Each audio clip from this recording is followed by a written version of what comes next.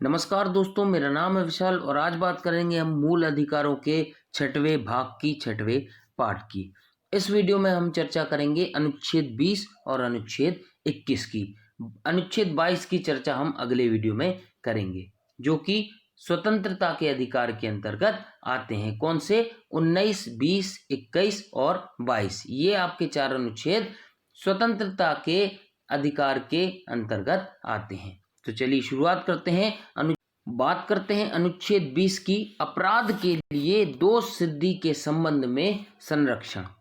अनुच्छेद 20 किसी भी अभियुक्त या दोषी करार व्यक्ति, चाहे वह नागरिक हो या विदेशी या कंपनी व परिषद का कानूनी व्यक्ति हो, उसके विरुद्ध मनमाने कि भैया आपने अपने मन से दंड दे दिया उसको, नहीं, या अतिरिक्त दंड से कि भैया आपने पता चला उसमें सजा 5 साल की है, आपने उसको 10 साल की सजा दे दी, तो इन सब चीजों से संरक्षण प्रदान करता है कौन? अनुच्छेद 20।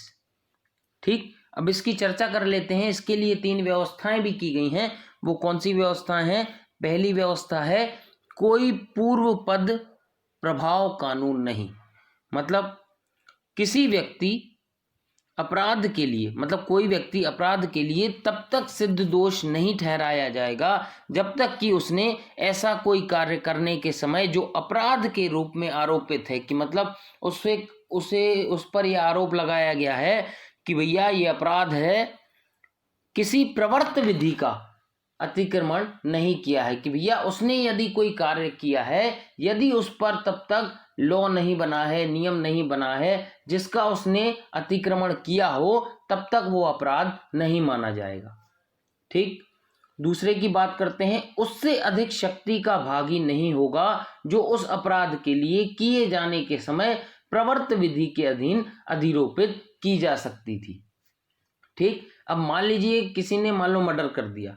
अब मान लो मर्डर तो आपने कर दिया, ठीक, अब उस समय उसकी सजा है 15 साल, 20 साल, मतलब जितनी सजा उस समय उस आपराधिक कृत्य के लिए निर्धारित की गई होगी, उसके लिए नियम बनाया होगा, उतनी ही सजा उसको मिलेगी।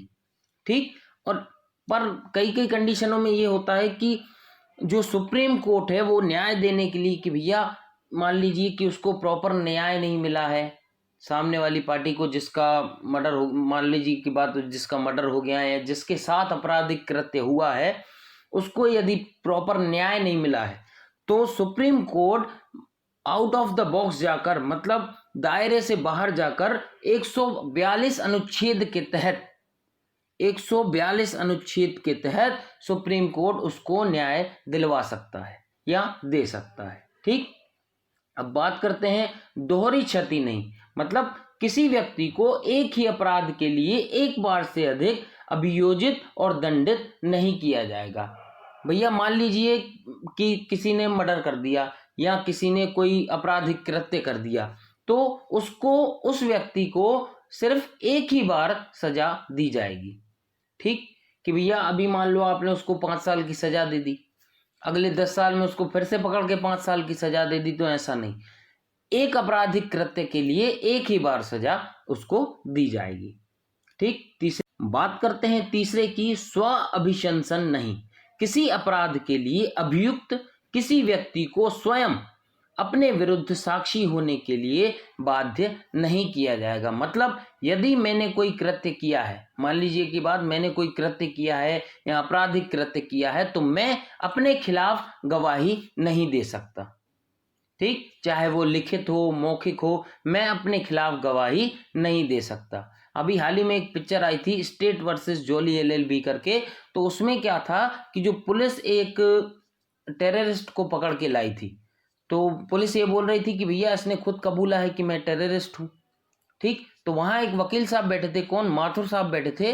उन्होंने बोला कि भैया 2-2 स्टार आपने लगा रखे हैं यूपी पुलिस के, तो आपको इतना मालूम नहीं है कि जो व्यक्ति बंद होता है या जो व्यक्ति बंद है, उस जुर्म में बंद है कि भाई उसने टेररिस्ट एक्टिविटी करी है, तो उसकी जो गवाही है कोर्ट में एडमिसिबल नहीं है, उसमें उस कोर्ट में उसकी गवाही मान्य नहीं होगी।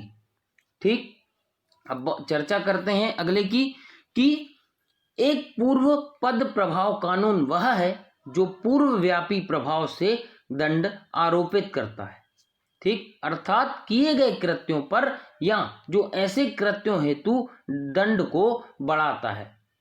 ठीक है, मतलब पूर्व पद प्रभाव कानून वह है कि मान लीजिए आपने यदि आज कोई अपराध किया है, भविष्य में चलकर उस टाइप के अपराध बहुत सारे बढ़ रहे हैं, तो आज मान लीजिए सजा उस पर 5 साल की है। ठीक, अब आगे जाकर उस पर सजा 10 साल की जाएगी, और आगे जाकर यदि मान लीजिए वो और बढ़ रहे हैं तो उस पर सजा 20 साल की करी जाएगी।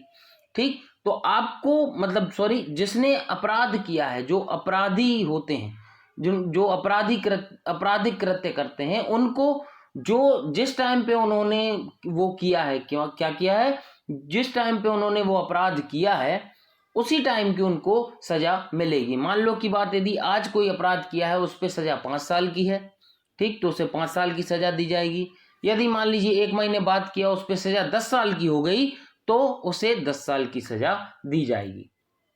ठीक, ये सिर्फ आपराधिक कृत्य में लागू होता है। यदि आपने टैक्स चोरी करी है, तो हो सकता है कि आपको आज यदि उस पर 1 साल की सजा है और आगे जाकर यदि उस पर 2 साल की सजा हो जाती है, तो आपको आगे जाकर 2 साल की सजा होगी। ठीक, अनुच्छेद 20 के पहले प्रावधान की सीमाएं केवल आपराधिक कानून में हैं। भैया मैंने जैसा आपको बताया कि ये सिर्फ आपराधिक कानूनों तक सीमित है, ना कि सामान्य सिविल अधिकार या कर कानूनों में। जैसा कि मैंने आपको बताया कि मान लीजिए आपने टैक्स चोरी करी है, ठीक, आपने टैक्स चोरी करी है 1 लाख की, यदि उस पर आज जुर्माना 10,000 का है और आपने वही चोरी फिर 1 लाख की मान लो 1 महीने बाद करी, अब उस पे जुर्माना 20,000 है, तो आपको जुर्माना 20,000 भरना पड़ेगा, यदि वह कानून एक पूर्व पद प्रभाव कानून है तो। ठीक है,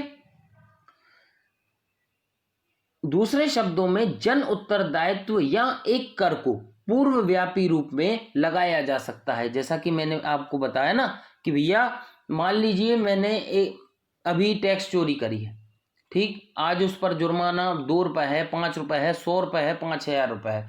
ठीक है, तो यदि वही महीने बाद उस नियम में थोड़ी और कठोरता आती है, उसको मतलब उस पर सजा जो आपका जुर्माना है वो बढ़ाया जाता है, वो 10,000 कर देते हैं जुर्माना, तो मुझे वो 10,000 रुपए भरना पड़ेंगे।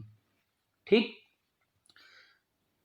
इस तरह की व्यवस्था अपराध, दोष या सजा सुनाए जाने के मौके पर आपराधिक कानूनों पर प्रभावी रहती है। बात करते हैं दोहरी क्षति के विरुद्ध सुरक्षा का मामला।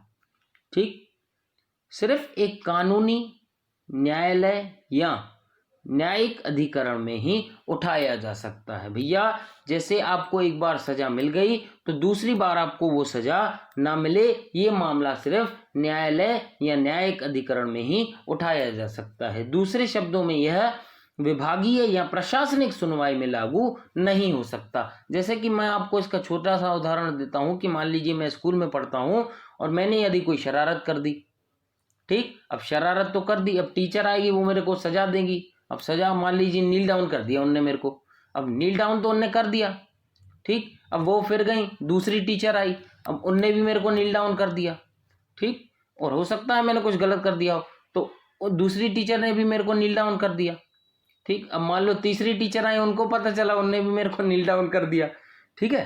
तो मैं उनसे ये नहीं कह सकता कि भाई आप मेरे को दोहरी क्षति पहुंचा रहे हो, आप मेरे को बार बार सजा दे रहे हो, ठीक है। अब बात करते हैं स्व अभिशंसन के संबंध में मौखिक और प्रलेखीय साक्ष्य दोनों में संरक्षण प्राप्त है कि भैया आपको आपके खिलाफ गवाही नहीं देने दी जाएगी, ठीक है। आप अपने जैसे आप मैंने यदि कोई कृत्य किया है और नहीं भी किया है तो मान लीजिए पुलिस मेरे को मार मार के वो बोलेगी कि कबूल कर लो नहीं तुम पिटते रहोगे, तो हो सकता है मैं पुलिस के डर से वो चीज कबूल कर लूं कि भैया बहुत मार रहे हैं तो मैं ये कबूल कर लेता हूं, ठीक। तो इसके लिए क्या होता है कि उन्होंने स्व अभिशंसन के संबंध में मौखिक और प्रलेखीय मतलब मुंह से कहा हुआ चाहे कहीं लिखा हुआ साक्ष्य दोनों में संरक्षण प्राप्त है, ठीक है। अब बात करते हैं, मतलब हालांकि ये विस्तारित नहीं किया जा सकता। ठीक भाई साहब, ये कैसे विस्तारित नहीं किया जा सकता? जैसे जैसे भौतिक विषयों के आवश्यक उत्पादनों पर।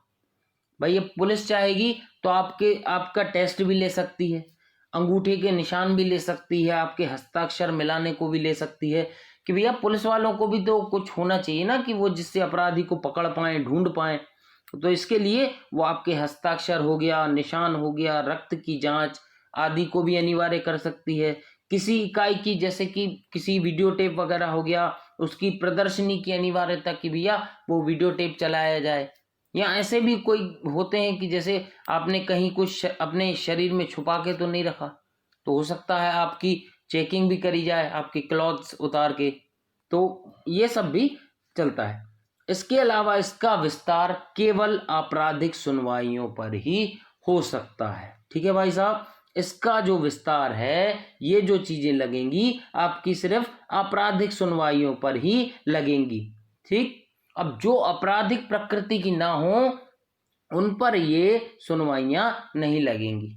ठीक है, मतलब जो आप, जैसे कि मान लीजिए आपने टैक्स चोरी करी है। ठीक, अब जैसे कि मान लो मैं गया, मैंने टैक्स चोरी करी है, मैं गया, अब वो मेरे क्लॉथ्स तो नहीं उतरवाएंगे, कपड़े तो नहीं उतरवाएंगे कि भाई साहब आपने कहीं कुछ छुपा के तो नहीं रखा। ठीक है ना, तो ये सिर्फ आपराधिक सुनवाइयों पर ही लागू होंगी। ठीक, अब बात करते हैं अनुच्छेद 21 की, प्राण एवं दैहिक स्वतंत्रता। अनुच्छेद 21 में घोषणा की गई है कि किसी व्यक्ति को उसके प्राण या दैहिक स्वतंत्रता से विधि द्वारा स्थापित प्रक्रिया के अनुसार ही वंचित किया जाएगा, अन्यथा नहीं। मतलब जो रूल बनाया गया है, जो प्रक्रिया बनाई गई है, जो विधि स्थापित करी गई है, उसके अनुसार ही आपको आपकी प्राण और दैहिक स्वतंत्रता से वंचित किया जाएगा, अन्यथा किसी भी शर्त पर नहीं। ठीक, अब इसमें एक केस की बात आती है, गोपालन केस, जो कि हुआ था 1950 में। ठीक, अब उच्चतम न्यायालय ने अनुच्छेद 21 में छोटी सी इसमें व्याख्या दी। अब व्याख्या क्या थी? अनुच्छेद 21 के तहत सिर्फ मनमानी कार्यकारी प्रक्रिया के विरुद्ध सुरक्षा उपलब्ध है। कि भाई साहब आपके इसमें क्या है, मनमानी कार्यकारी प्रक्रिया की भी है, जो काम करते हैं, कि मान लीजिए जो पुलिस वाले हैं या जो पुलिस के हाई रैंक के ऑफिसर हैं, उनकी कार्यकारी प्रक्रिया जो होगी, उनकी मनमानी के खिलाफ आपको इसमें संरक्षण प्राप्त है, ना कि विधानमंडलीय प्रक्रिया के विरुद्ध। कि भैया मान लीजिए विधानसभा ने कोई नियम बना दिया, ठीक, मान लीजिए विधानसभा ने कोई नियम बना दिया, यदि वो नियम बन चुका है तो आपको इसमें प्राण एवं दैहिक स्वतंत्रता से वंचित किया जा सकता है। ठीक है, इसका मतलब राज्य प्राण एवं दैहिक स्वतंत्रता के अधिकार को कानूनी आधार पर रोक सकता है कि भैया ये कानून बना है, इसलिए हम आपको रोक लगा रहे हैं या आपकी प्राण एवं दैहिक स्वतंत्रता आपसे छीन रहे हैं। ठीक, अनुच्छेद 21 की अभिव्यक्ति जो है वो विधि द्वारा स्थापित प्रक्रिया, अमेरिका के संविधान में अभिव्यक्ति विधि की विधिवत प्रक्रिया से भिन्न है। इस तरह कानून की वैधता एवं उसकी व्यवस्था पर अकारण अन्यायपूर्ण आधार पर प्रश्न नहीं उठाया जा सकता। कि भैया जो कानून है उसकी वैधता हमेशा रहेगी, उसकी जो व्यवस्था है आप उस पर बिना किसी कारण के अन्यायपूर्ण कहकर आदि कुछ उटपटांग बोलकर उस आधार पर उस पर प्रश्न नहीं उठा सकते। ठीक, उच्चतम न्यायालय ने क्या व्यवस्था दी? उच्चतम न्यायालय ने बोला कि भैया व्यक्तिगत स्वतंत्रता का मतलब सिर्फ एक व्यक्ति की शारीरिक एवं निजी स्वतंत्रता से है।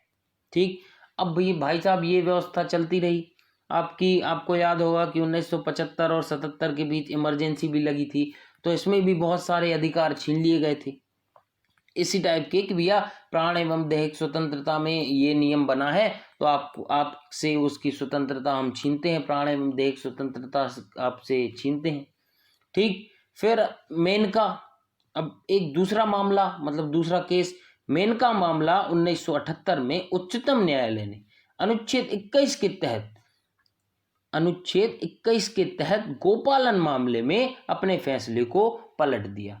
मतलब हमारा जो सुप्रीम कोर्ट है, भारत देश का जो सुप्रीम कोर्ट है, मतलब वो इतना अच्छा है कि भैया यदि मेरे से कोई गलत फैसला हो गया है, भाई देखिए हैं तो हम भी इंसान ही, हो सकता है उनसे कोई गलत फैसला हो जाए, ठीक। अब उनने मान लो हो सकता है कोई गलत फैसला दे दिया, तो वो एक टाइम के बाद या एक समय के बाद उसको चेंज भी कर देते हैं, ठीक। मेनका मामला 1978 में उच्चतम न्यायालय ने अनुच्छेद 21 के तहत गोपालन मामले में अपने फैसले को पलट दिया। न्यायालय ने व्यवस्था दी कि प्राण एवं दैहिक स्वतंत्रता को उचित एवं न्यायपूर्ण मामले के आधार पर रोका जा सकता है। इसके प्रभाव में अनुच्छेद 21 के तहत सुरक्षा केवल मनमानी कार्यकारी क्रिया पर ही उपलब्ध नहीं, बल्कि विधानमंडलीय क्रिया के विरुद्ध भी उपलब्ध है कि भैया जो विधानसभा ने नियम बनाए हैं वो ठीक है कि नहीं, उनको भी देखा जाएगा, ठीक। अब न्यायालय ने प्राण की स्वतंत्रता की व्याख्या करते हुए इसके विस्तार का आशय है कि एक व्यक्ति की प्राण स्वतंत्रता में अधिकारों के कई प्रकार हैं।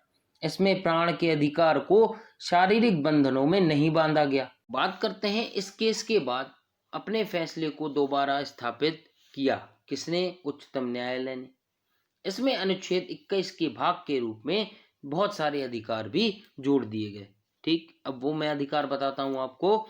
पहला है जिसमें मानवीय प्रतिष्ठा के साथ जीने का अधिकार, कि भैया मानव को यह अधिकार है कि वो सम्मान के साथ प्रतिष्ठा के साथ जी सके। अब मानव को स्वच्छ पर्यावरण का भी अधिकार है, जिसके लिए सरकार लगातार काम कर भी रही है और करती भी रहती है, ठीक। जीवन रक्षा का अधिकार, कि भैया आपके पास अपनी जीवन की रक्षा का भी अधिकार है। निजता का अधिकार है। आपके पास 14 वर्ष की उम्र तक निशुल्क शिक्षा का भी अधिकार है, कि भैया आपको 14 वर्ष की उम्र तक निशुल्क शिक्षा दी जाएगी, ठीक। निशुल्क कानूनी सहायता का भी अधिकार है, ठीक। अब त्वरित सुनवाई का अधिकार, कि भैया आपके साथ यदि कुछ होता है तो आपके पास त्वरित सुनवाई का अधिकार भी है, ठीक। अब बात करते हैं कि भैया अगले की कि आपके पास विदेश यात्रा करने का भी अधिकार है, कि मान लीजिए आपको गर्मी बहुत पड़ रही है तो हो सकता जाए आप विदेश जा सकते हैं घूमने, स्विट्जरलैंड वगैरह जा सकते हैं, ये भी आपके पास अधिकार है। आपके पास बंधुआ मजदूरी के खिलाफ भी अधिकार है। हिरासत में यदि आपके साथ शोषण होता है तो भी आपके पास अधिकार है। आपके पास विद्युत यानी बिजली का भी अधिकार है, कि वो बाबूजी जरा धीरे चलो, बिजली खड़ी, वो बिजली नहीं जो हमारे घर में लगी रहती ना, वो जिससे पंखा चलता है, कूलर चलता, लाइट चलती, वो वाली बिजली की बात हो रही इसमें, उसका भी अधिकार आपके पास है, ठीक है। महिलाओं के साथ आदर और सम्मान पूर्वक व्यवहार करने का अधिकार भी है, कि और ये बात तो हकीकत है कि महिलाओं के साथ हमेशा सम्मान के साथ पेश आना चाहिए, उनके साथ कोई भी बदतमीजी नहीं करनी चाहिए, ठीक। सूचना का अधिकार भी आपके पास है, ठीक। अब बात करते हैं शिक्षा के अधिकार की।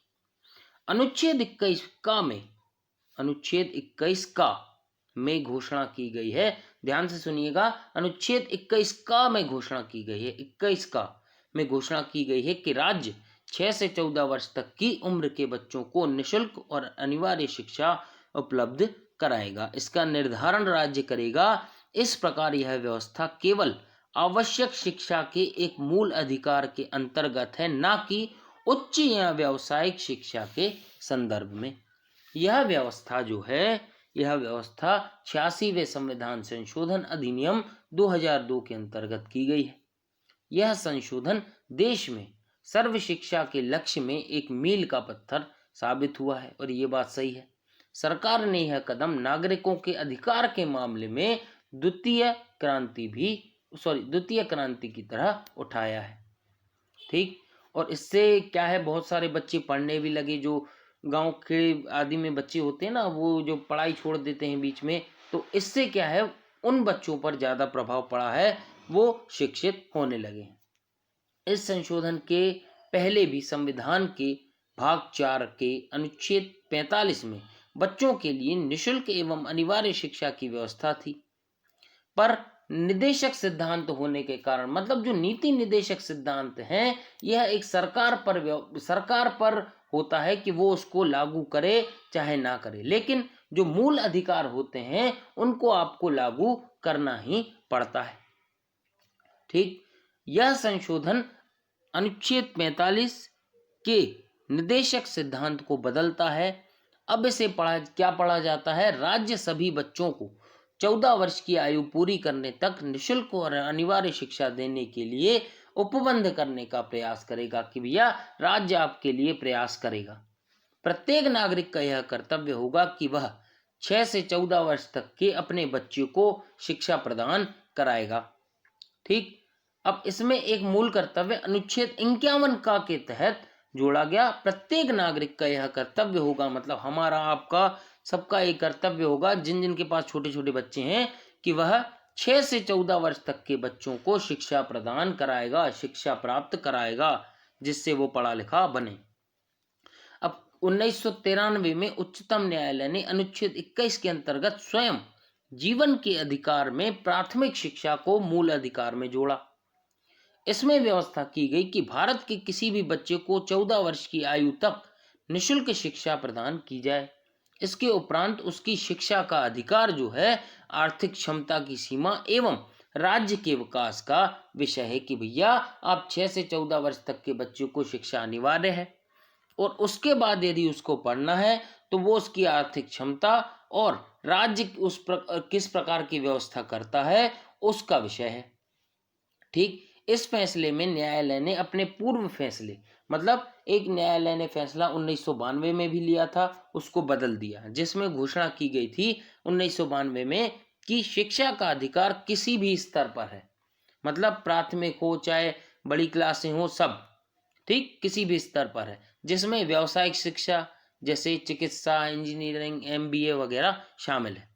ठीक, अनुच्छेद 21A के अनुसरण में संसद ने बच्चों को निःशुल्क और अनिवार्य शिक्षा का अधिकार RTE राइट टू एजुकेशन अधिनियम 2009 अधिनियमित करके इस अधिनियम के अंतर्गत यह व्यवस्था है कि 14 वर्ष की आयु तक के प्रत्येक बच्चे को संतोषजनक एवं समुचित गुणवत्ता वाली पूर्णकालिक प्रारंभिक शिक्षा, मतलब संतोषजनक, जिससे आदमी संतुष्ट हो जाए कि ये शिक्षा अच्छी है, ठीक, ये शिक्षा अच्छी है, गुणवत्ता वाली है और मतलब लंबी चलेगी, ऐसे औपचारिक विद्यालय जिसमें कि अनिवार्य परिपाटियों एवं मानकों का पालन किया जाता हो, उसमें नियम फॉलो किए जाते हों, ठीक, टीचर उसमें आते हों और बच्चों को अच्छा पढ़ाते हों, ठीक, में शिक्षा प्राप्त करने का अधिकार है। तो आज का वीडियो करते हैं हम यही समाप्त। अगले वीडियो में बात करेंगे हम अनुच्छेद